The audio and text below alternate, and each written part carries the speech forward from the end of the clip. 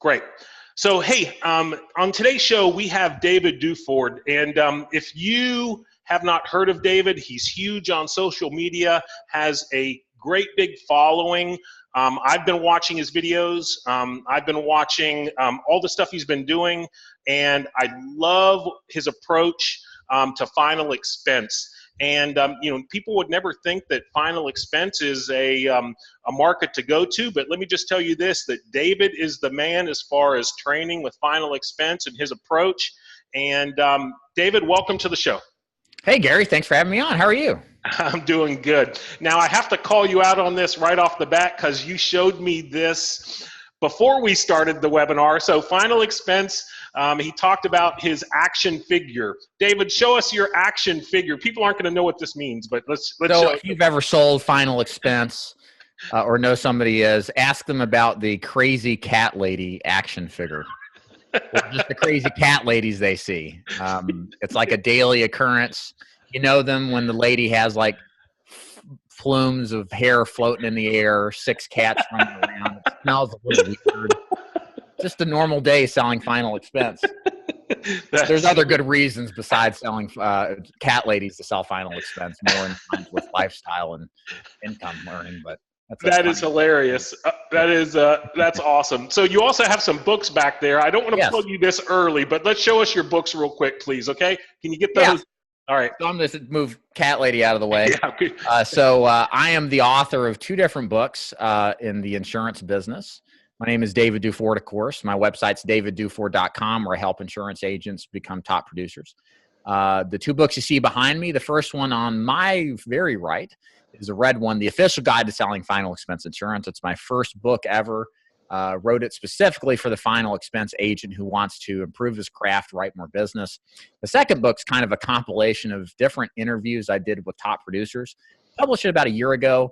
The whole intention of that book is really just to provide great perspectives from a multitude of 6 and even 7-figure earning insurance agents and agencies to new agents who get in this field as a way to provide not just inspiration or motivation, but actual actionable content that people can use and put the use right away so they can start getting better results. You can find both of those books on Amazon or either my website.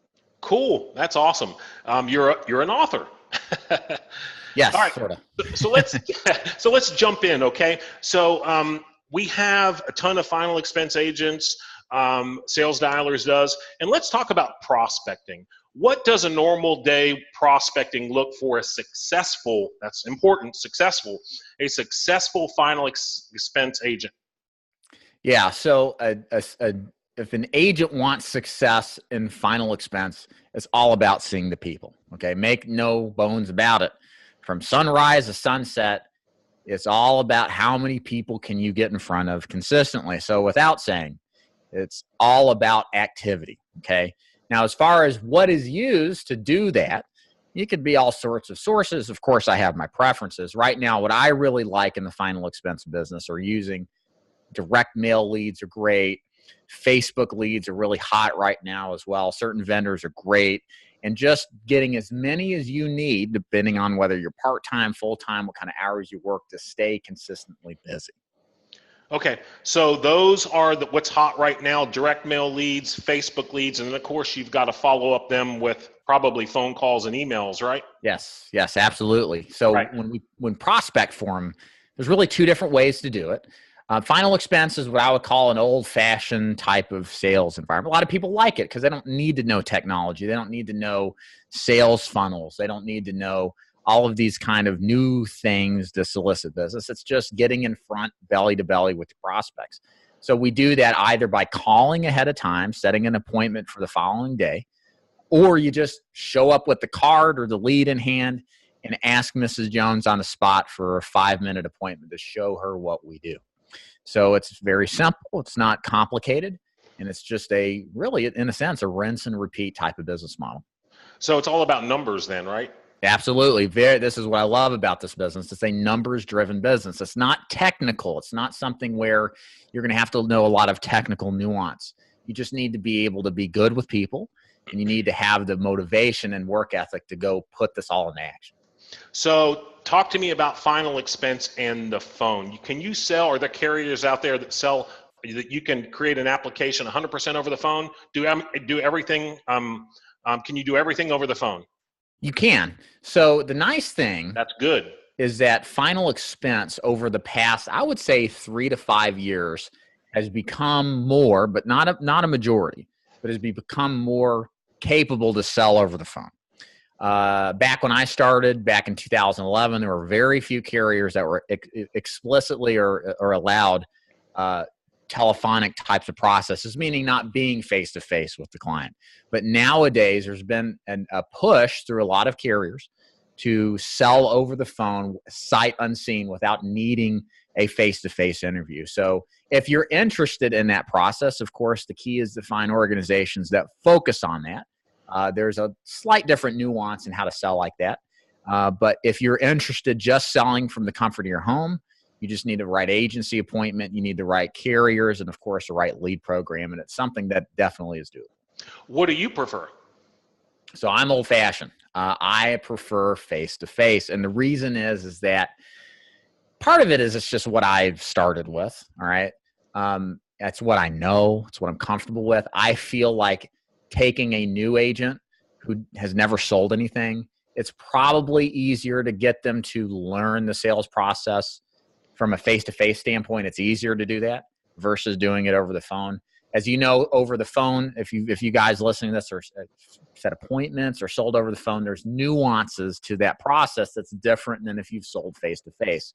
I just think with the ability to have body language, eye contact, and just being physically present, you have some advantages from a beginner standpoint that you don't necessarily have if you just had the phone. So I tend to prefer that, but not saying that it's impossible. There's plenty of organizations doing very well in a telemarketing type environment, but a gun to my head had to choose, it would be face-to-face. All right, so that's great. So let's talk about numbers now. So we talked about it's a numbers game. So if I want to make six figures, or if I want to be whatever your goal is or success, how successful you want to be, how many appointments do I need to run a week? How many? I mean, is the six figures the golden mark? Is that what people say? It's make $100,000 a year. After expenses, I would say that is the common thread of goals that people have. Right. If I just make six figures, that's kind of what you hear recruiting. Now, how to get that is the question. I think that's worth answering going into detail. So it's really simple. There's the nice thing about a lead-driven business model like this is you have your revenue, you have your cost of doing business, and then you've got what's left over. The biggest driver of your cost of doing business is going to be your leads and then the travel costs to get there, but 95% of it's your leads. To get six figures, and this is really rough, just pulling this out of a hat. Sure. It's all of a numbers game, like you said. And I think, and I've heard this from different insurance business models, the magic number is 15 appointments a week. If you can sit with 15 people a week, the numbers tend to start taking care of themselves. Meaning, are you going to sell all of them? No. Are people going to tell you to get bent? Yeah. But what happens is when you have a lot of people in that regard, things tend to be a little bit more normalized. So you're going to make some sales. Some weeks are better than others. But you begin to develop a consistency weekly in what it is that you're producing. So I think if your goal is to make a six-figure income of some sort, that is a good starting point. 15 appointments a week. I don't care if you door knock. I don't care if you sell over the phone. I don't care if you do it appointments, then go see them. Make it your life's mission to do 15 appointments a week, and good things start coming from it. Wow. So, holy cow. I know what a new agent's going to say right now. 15 appointments per week consistently. How the heck am I going to do that? How am I going to do that? So tell us how, through Facebook ads, you mentioned direct mail. Let's talk about those numbers, how they can get those appointments. How many pieces do you need to send out? Yeah. What's your conversions, all that stuff? So Ben Feldman, legendary New York Life salesperson, he said, you got to have a track to run on, all right? And you start with big goals, but you dissect it or break it down into small daily goals. And I think it's important to not become overwhelmed with a six-figure income goal, but to remember a six-figure income goal is just $8,333 a month after expenses. And then divide that by 4, you're looking at approximately $2,200, $2,150 a week. Well, then break that down by 5, then that's just approximately $400 to $500 a day. That's all you need to make after expenses. And it's a lot easier to digest what it takes to hit the big numbers by looking at a daily, everyday activity, because all, as you know, daily activity adds up to weekly, monthly, and annual goals. So here's what I would suggest to do. If we have an agent who's full-time, they believe this 15 magic number, that divided by 5 days is 3 appointments. That's all you need to run every single day, is just 3 appointments. So maybe that's 1 in the morning and 2 in the afternoon, or 2 in the morning and 1 in the afternoon, whatever your deal is. And then you just do whatever it takes to make sure that you hit that every single day. As far as the kind of leads that you need to hit that, my general recommendation is with direct mail, expect to get 50 to 60% of your appointments or your leads as appointments. So if you get 25 leads, I would expect 12, possibly 15. I think 15 is doable. Appointments off of 25 leads. And then with Facebook leads or any kind of online variant, probably you need a few more leads, maybe 35 to get 15 booked appointments by door knocking or appointment setting. And then just run the system. And over time, you'll have some better weeks than others. But again, if you focus on the daily stuff and you put in the inputs, the leads are matching where they need to be, and you do the effort, it will work itself out. Okay, so let's talk about building rapport. So you're in the home, okay? Let's talk about building rapport with that client. What are some tips and techniques that you like to use and you train your agents to use as far as building that rapport? You're getting ready to go for the sale, ask for the sale. And so let's just talk about, what you do. I was in that position a while ago. I know you have certain things that, are very successful. Let's talk about those. Yeah, good question. So I think that rapport is a bit overrated, and let me tell you why. Wow. So I live in the South, meaning that everybody likes to talk your ear off if you listen to them. And I learned early on in my career that, yes, you have to have some baseline rapport, but there's a point of diminishing returns where the more you talk, it doesn't necessarily earn you a higher odds of a sale. And I went on a conference once, final expense based, and the best advice I received about rapport, to kind of summarize up what that means, is that you just break the ice, okay? It's the difference between what you want to be is become friendly with your prospect, but not necessarily friends. Don't get me wrong, I'm not saying that you shouldn't be friends or something like a client versus a customer. A client's a more intimate relationship. You do want to do that. But for the sake of progressing the sales call, I think what really matters the most is building trust, okay? People buy from people they not only like, but also trust, okay? So we need to take into consideration things to build trust. And trust isn't something like rapport where you do it for 5 or 10 minutes. Trust is everything that you're saying is either building up that trust or reducing that trust. So you need to have a presentation that's constantly building trust throughout its entirety. The rapport, you should just say enough to get them to break the ice, or another way to look at this is to get them to laugh. This is what I do when I sit down with a client. I sit down, a lead comes in, they let me come in off of a door knock. I start talking to them. If I can get them to just laugh a little bit, I've got them. I got them exactly where I want them. I feel comfortable in progressing. Sometimes they're stiff and they don't want to laugh and they're different. So the great thing to do when you're working final expenses are all grandmas and grandpas.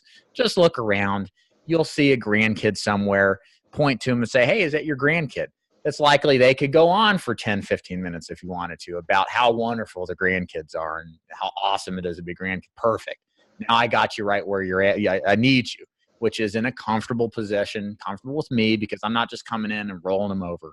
So I try to focus my rapport building, believe it or not, 2 minutes or less, 5 minutes at the most, just enough to get them comfortable with me, to know I'm here to help them and to put them in a state to where I can progress what I really am concerned about, which is winning their trust, somebody who can competently handle their life insurance needs.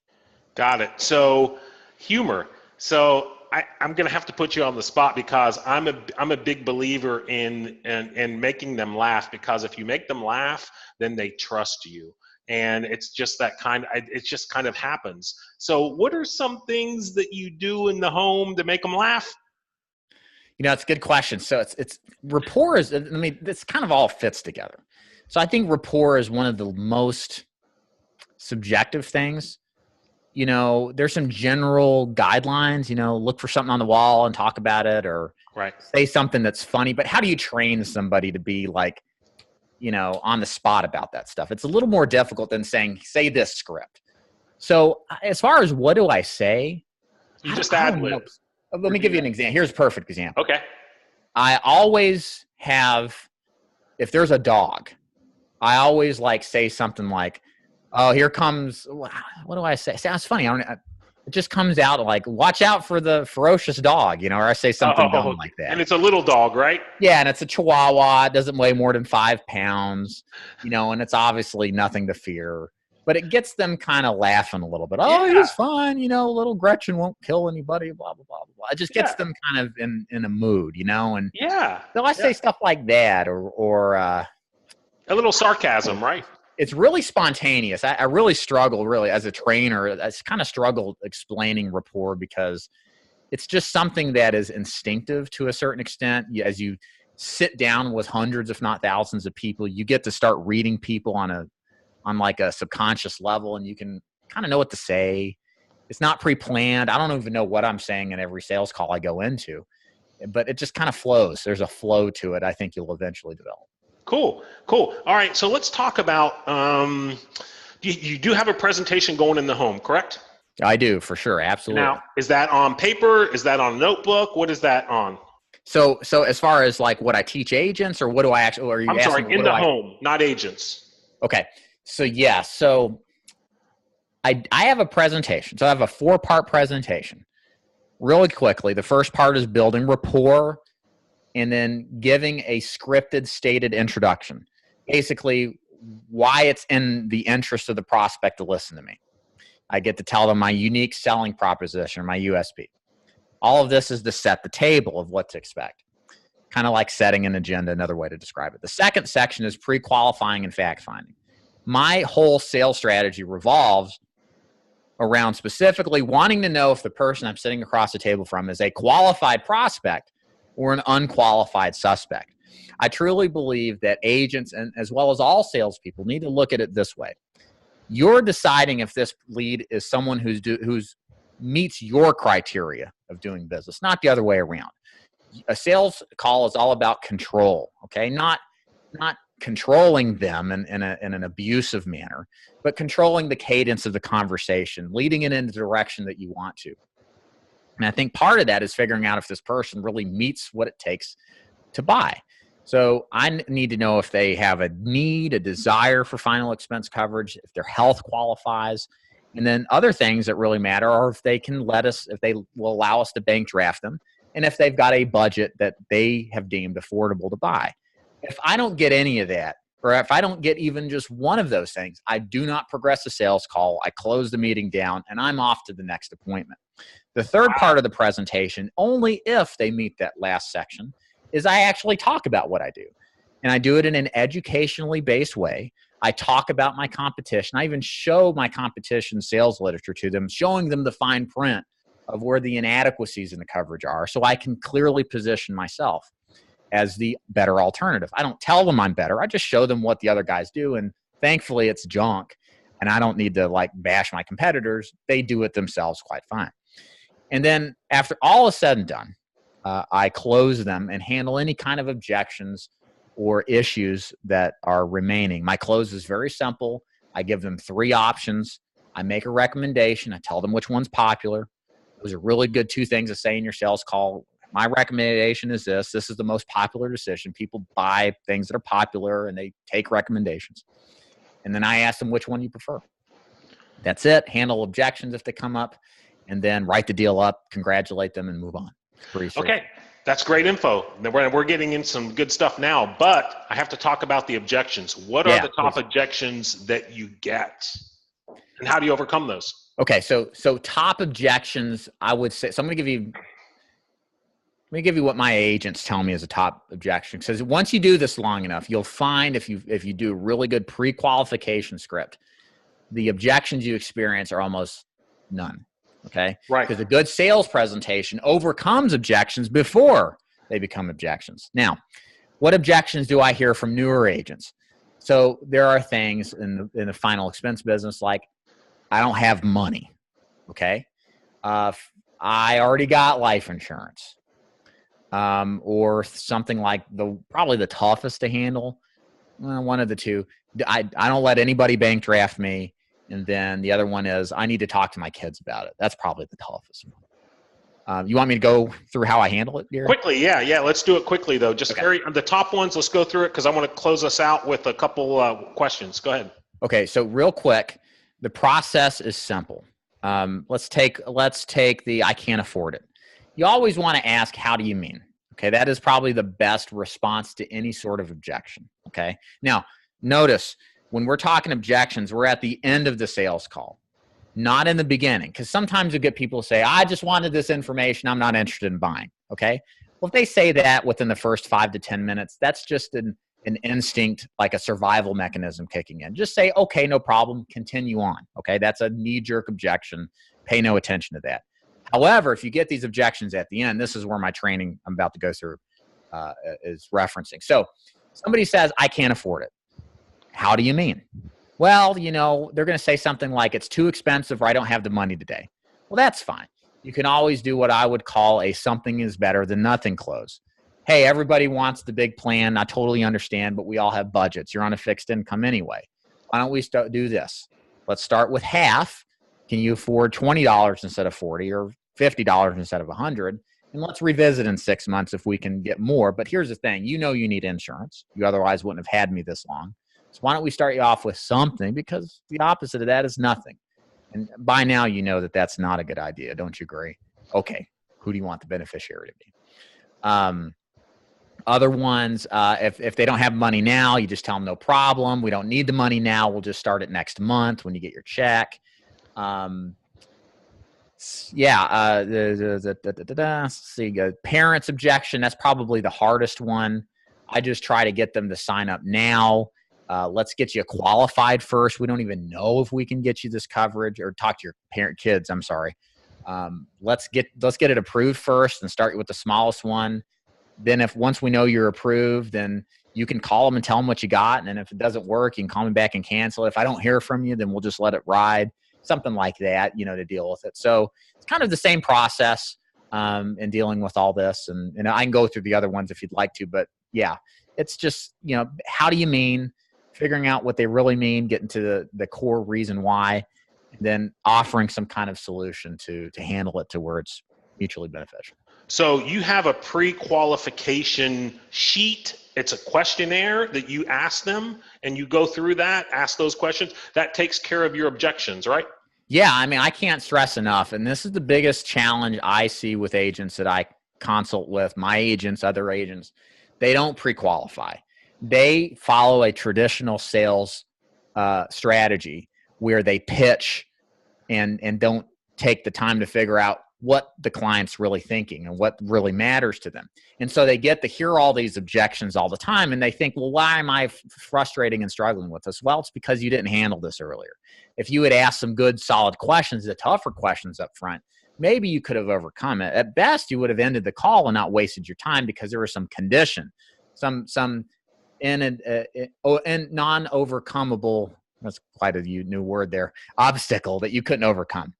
And you could have ended the sales call early, because somebody who can't meet your criteria to buy isn't going to buy, so why spend the time doing it? So I've manufactured this whole pre-qualification script for this reason exclusively, because I figured out early on that if I ask the tough questions now, I can save my time, or I can just start to figure out, okay, they have a preconception, maybe I can overcome it. So I do all that in the first 15 minutes. Again, I don't want to be there as an agent for an hour trying to sell someone and they don't have a bank account. Well, I might as well ask within the first 5 to 10 minutes, or a budget or whatever. It just makes life a lot easier, and it's a lot less stressful too for you and the client. Right. So, a pre-qualification questionnaire is gold, because you're taking care of the objections that would happen. So my question to Yes. you is that when you sign up with your training and when you help those, you share all this, right? All the Oh yeah, pre-qual. absolutely. I want every single agent to do exactly the way I instruct because the process works. It's a method that really is really good, and it makes the selling process so easy. And yeah, all my agents get access to the pre-qualification sheet, scripts, carrier cheat sheets, everything imaginable that one would need to be successful in selling final expense. Yeah, I've seen some qualification sheets or questionnaires, and this is just a blank piece of paper, but a questionnaire or a pre-qualification sheet, just a one-pager, could mean the difference between a $25,000 a year agent and a $100,000 a year agent, Yeah. because it's gold. It really is. When you ask those right questions, and you have an objection, you refer back to that qualification sheet and you overcome that objection. Do you remember when you said this? Exactly. Yes. And so I mean, a great pre-qualification sheet is worth a ton of money. I'll tell you that. And if you're struggling out there, guys, whether you sell final expense or some other product, it is very likely it's two things that this comes down to. One is the activity. We talked about that earlier. That's one of the biggest reasons why people struggle in this business is they just don't see enough people. Right. And then the second reason is they don't do a good pre-qualification routine. They don't take the time to figure out what makes this client think the way they do, what their stance on different aspects of our product is.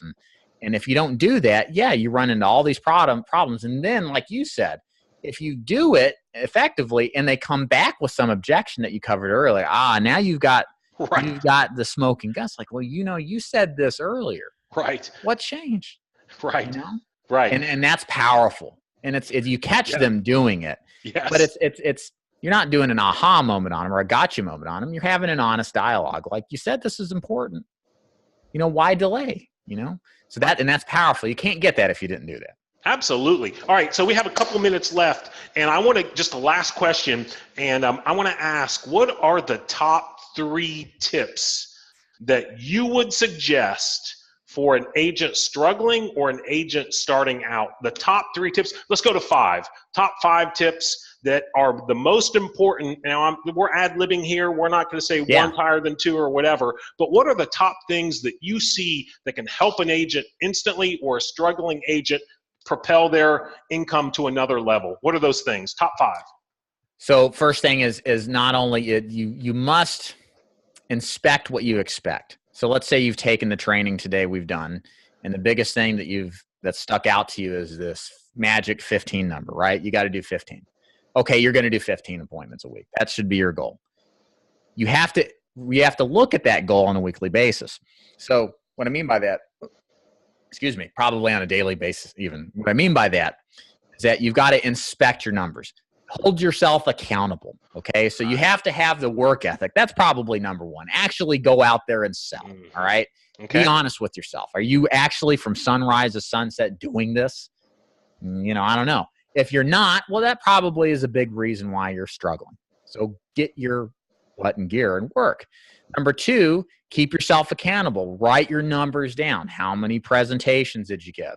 How many applications did you write? What is the premium? There's enough evidence that studies show that even just by tracking your numbers, that alone and doing nothing different improves your performance. We see it in sports. We see it in any kind of human proficiency type of activities like sales. So just track your numbers. That's probably number 2. Number 3, work with someone who you trust and like, who can mentor you. Again, I think mentorship is really important in the insurance business. Unlike a lot of fields, the insurance business really is almost like the Gilded Age, in the sense that when we used to have professions taught by apprenticeship and guilds were, even like the unions they do today, you learn through experience and exposure. That's really how insurance is. And you really need someone to show you the ropes. This is a really deceptively difficult business. It looks simple from the outside, But when you do it, it's very difficult because a lot of it's up here. It's a head game. And having somebody who's had success and who already knows a lot of what you're seeing as new is really helpful. Having that kind of base of knowledge. That's 3 things. Number 4, got to stretch here. Yeah. Minor things I think are important, but not necessarily the end of the world. Have a selection of carriers that you work with. I'm a big believer in the independent model of insurance sales, not captivity. I want multiple options for my clients because each carrier looks at underwriting differently. So you got to respect for that.